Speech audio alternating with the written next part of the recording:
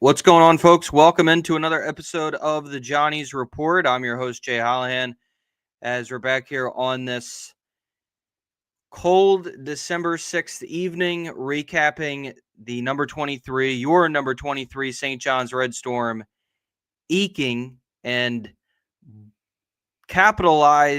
eke out a very close 63-58 victory against the Ole Miss Rebels.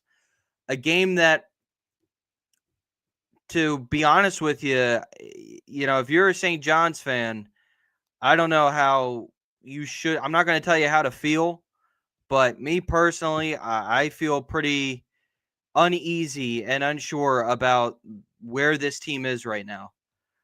Because tonight's performance, offensively, down the stretch, throughout the game as a whole, aside from a majority of the first half and some of the second half where St. John's looked like they were going to run away with a big win, it ended up being a lot closer than it needed to be. And you can thank Zuby Ejiofor and his 15 points, 9 rebounds, and 8 blocks for the 5-point win.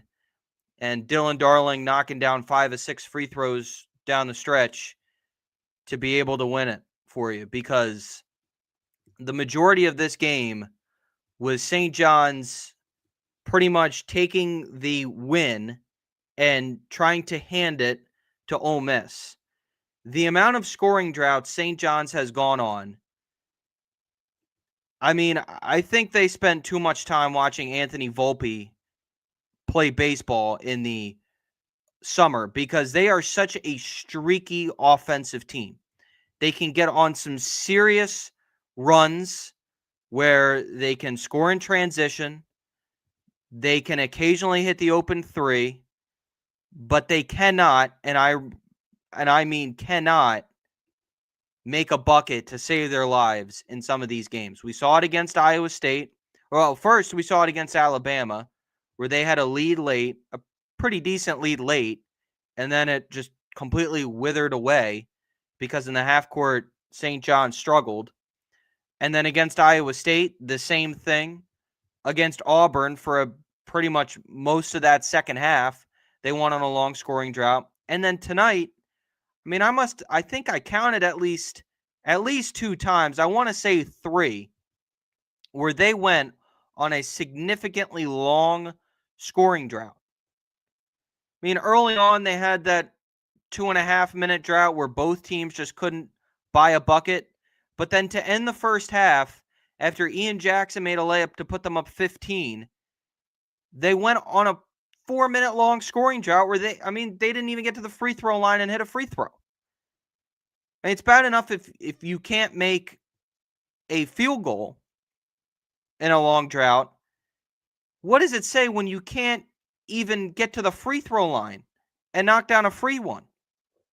As St. John's would see a 15-point lead wither away to 8. And if you were watching on Peacock like I was, you heard Rick Pitino say that he thought that they were going to come out and they were going to play better in the second half. And to be honest with you, the first probably 10 minutes, that was true. I mean, they looked good. They were getting stops. They were making layups. They went inside to Zuby a couple times, and he was able to wreak havoc. And Sadiku made a 3 to put them up 14.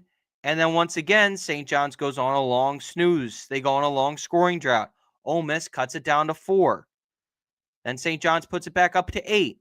But then with 4 minutes left to go, St. John's, doesn't score again until the 109 portion left to go in the game, when Dylan Darling would make a free throw to put them up 5. It's just so much bad basketball in your half-court offense. I can't believe it. I mean, I really cannot believe a Rick Pitino coach team plays this badly in the half court.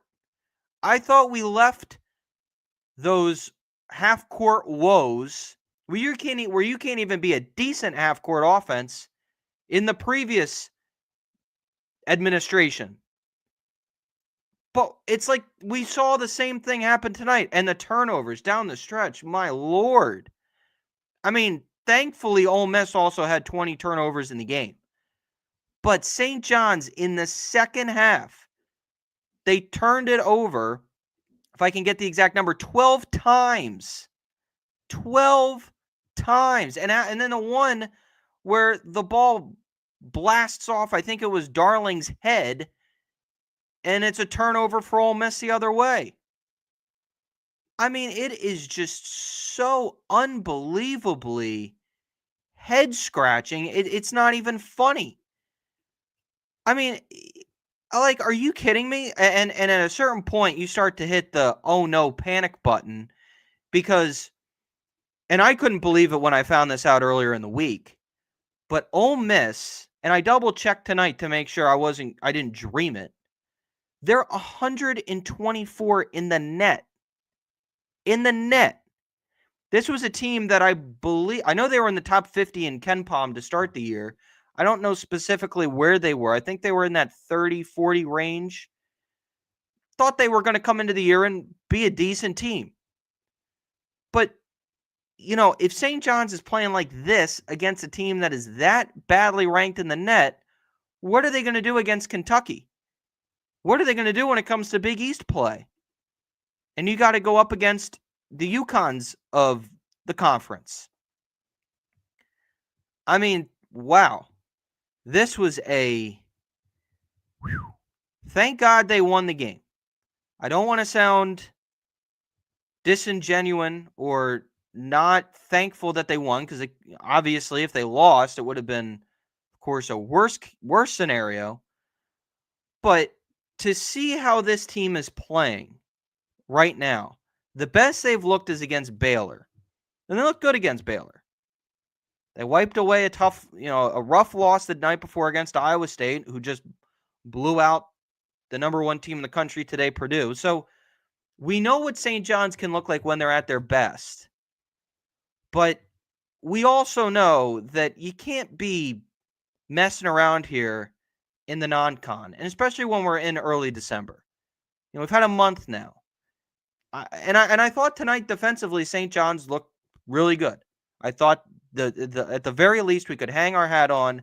They had 13 steals. They looked tremendous in the first half defensively, and they finished with 20 points off turnovers, which is great, which was this team's identity last year. But again, I would have liked to have seen this team come together a little bit more in their half-court offense, not have sloppy mistakes. And you can, as John Fanta said at the end of the game, you can put the excuse, okay, they haven't played in 9 days. And I get that. But I'm not going to wait until their next game to sit here and say, this is not the way St. John's should be playing up to its standard. This is not the standard St. John's has set for itself. I'm not even just talking about last year. I'm talking about the end of the 24 season, where they set a standard of they were going to play at their best in those final couple games of that season. And sure, sloppy games will happen. And I know Ole Miss is an SEC team. But you were predicted to be number 5 in the country. You have all this talent. A 5-point win against Ole Miss, and to play like that, like they did tonight, isn't getting it done. It is not getting it done. And I know fans, don't want to hear it, but it's the truth. One player in double figures for the game scoring, Zuby Ejiofor, which is great. Hey, Zuby had a great night. Good. 15 points. 3 of 8 from the field. He was 9 of 11 from the charity stripe. 9 boards, as I mentioned. 8 blocks, which I think was, I don't mean to undersell it, but a tremendous night defensively from Zuby. Thank God he can defend in the paint as well as he can. But in terms of their half-court offense and in terms of taking care of the basketball, St. John's is not doing that at the moment. And when I look at this St. John's team in terms of their backcourt, Listen, Dylan Darling's a scrapper. We know that. Dylan Darling, he is going to give you 110%. But his offense is limited. I would solely and highly consider just having him as your main ball handler up the floor. Because I think he may give them the best opportunity. I thought Ian Jackson looked better tonight. Thought he looked better. Still streaky, but in 19 minutes, he gave you 7 points. He was unfortunately 2 of 11 from the field. He was 1 of 6 from beyond. Had some good looks. I'll give him this.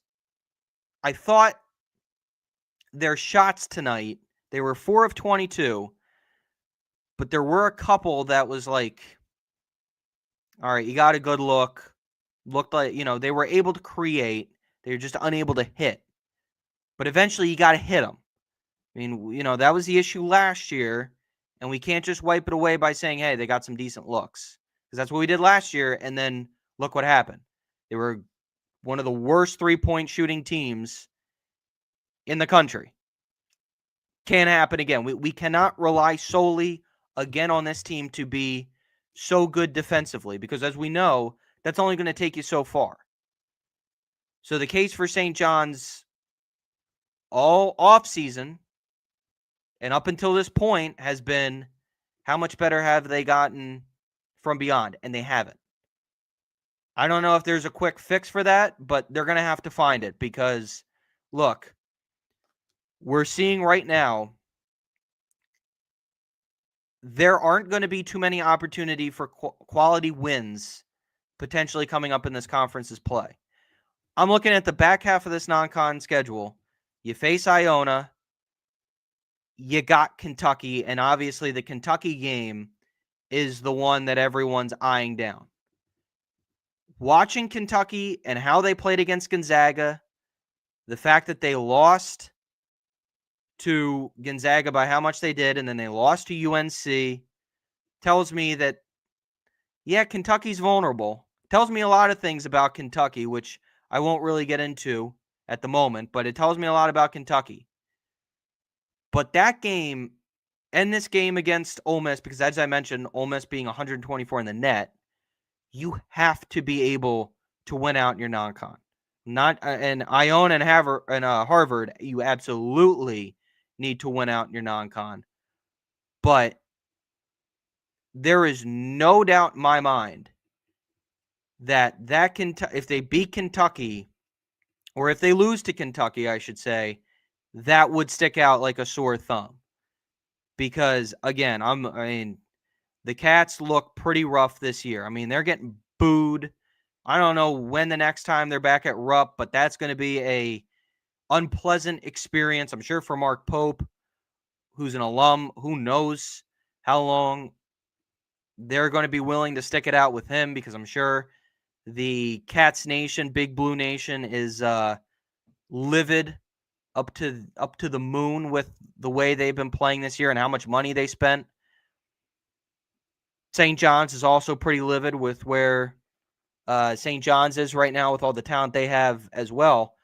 But going back to what I mentioned about the backcourt, Ian Jackson, Dylan Darling, Josan Sannon, Oziah Sellers, your 4 big ones.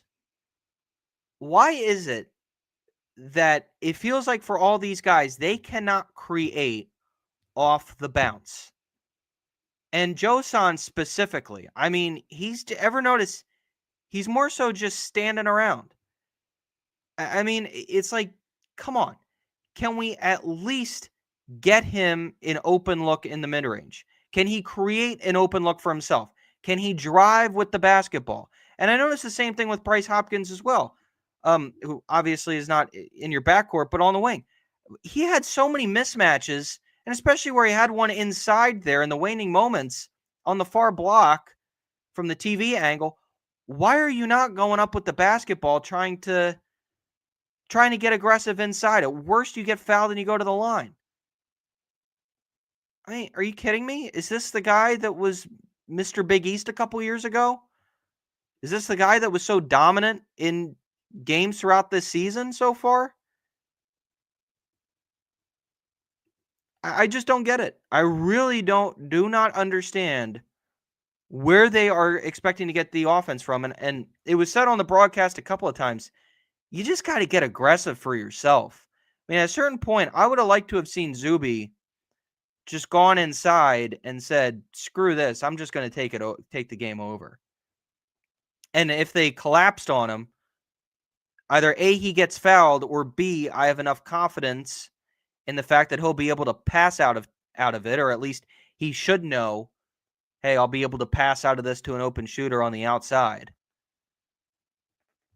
But again, we saw this last year. We saw them just stay in this, and to be honest with you, I think this was probably the worst St. John's has looked in about 2 years in a game. I would argue this was like the game where the viral clip of Patino afterwards against Seton Hall. This was barring that kind of play where you get a big lead and then we're just watching them time and time again go down the court. Other team gets a stop, back down the other way, and they're able to hurt you inside or able to hurt you outside. Fortunately, that wasn't the case tonight, but it just felt the same exact way. The amount of scoring droughts, unbelievable. Unbelievable for, again, a St. John's team that, as I mentioned before, we kind of thought we left this sloppy play a few years ago in the previous administration. And I'm not trying to blame Coach Patino or anything like that. I'm just saying it kind of makes you wonder, well, you got all the talent.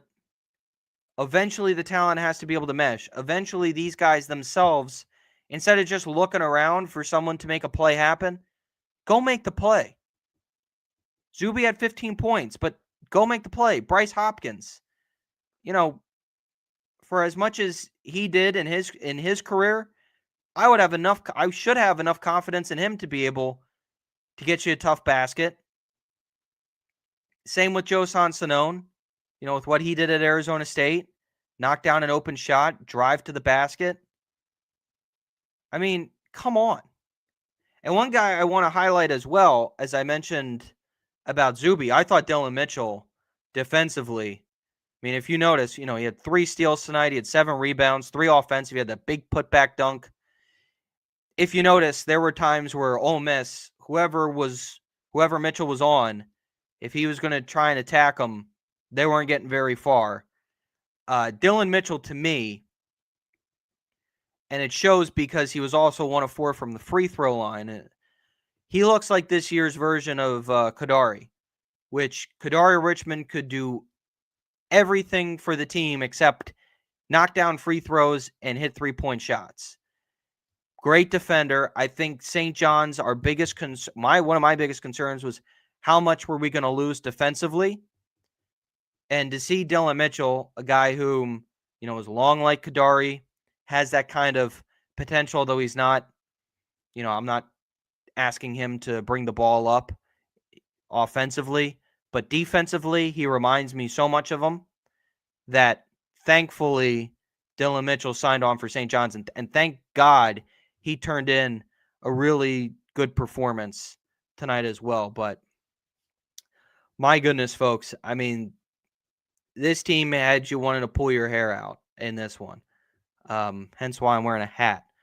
But just a brutal, ugly win for St. John, 63-58. And at the end of the day, they won the game. But you cannot tell me you're going to perform like this and be able to make any kind of noise in March. But forget about that right now. In a year where the Big East is looking like it's a 2 or 3 bid league, you cannot tell me this is going to be sustainable. It's not. They've got to show improvement. They have to improve as this year goes on. They have to learn from these games. And it's an SEC opponent, Chris Beard, whom adjusted well in game. which the big thing that Ole Miss just simply needed to adjust was just being able to get the ball past half court and not stupidly turn it over. Although that just went right out of their minds and into St. John's, as we saw. But it is a Chris Beard coach team. You did play well against Iowa State, and you lose by 1.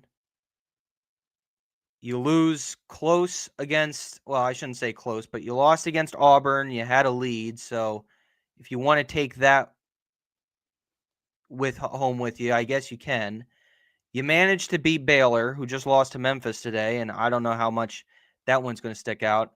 And you had a lead late against Alabama. There are a lot of things they need to tighten up, but almost is not going to get you top seeds in the tournament. Almost is not going to get you wins. And for St. John's, that's what they're in the business of. They're in the business of getting those quality wins. And right now, as we can see, they haven't gotten that marquee statement win this year. I can't envision there's going to be enough opportunities for Kentucky to do so. But if St. John's can beat Kentucky and Kentucky gets on a run in SEC play, somehow, some way, Ole Miss gets out of being in the triple digits in the net rankings and they can get some quality wins in SEC play, maybe you look back on this and say, hey, those were 2 decent wins. One maybe borderlining a quad 1 win. Same thing with Baylor, who, again, just lost to Memphis today. If they can get their act together, maybe that can borderline a quad 1 win. But for St. John's, boy, oh boy. I mean, you can't just hang your hat on, well, we got all this talent. We've got all this talent. You can have all the talent you want. It's got to mesh. Go ask Scott Drew that question about his team last year. He'll tell you the same thing. Ask Mark Pope that at Kentucky when we see him in 2 weeks. He'll tell you the same thing. It's got to get better. And believe me, I'm sure that with Rick Pitino, they are hearing it. Dylan Darling said tonight, he was interviewed after the game. Hopefully they'll have a much better performance their next game at MSG. And they have to. They really have to. Conference play is just around the corner. St. John's in 10 days will be taking on DePaul. But their next game will be against Rick Pitino's former team, the Iona Gales. And, I mean, I'm sure that Iona is going to be bringing all kinds of ammunition from a fan standpoint for that game. As you can imagine, that's going to be next week. That'll be at MSG. So we'll see with a noon tip-off what St. John's looks like. And hopefully it's going to be a lot better than what they showed this evening. But all right, ladies and gentlemen, thanks for tuning in to this episode of the Johnny's Report. We'll be back on throughout the week to talk about what's coming up for St. John's, to discuss game recaps next week, of course. Again, St. John's taking on Iona. So stick around for that. Of course, subscribe to Big East Energy Network. Give us a follow, and as well on the Johnny's Report socials as well. Thanks for tuning in. And as always, we'll talk to you next time.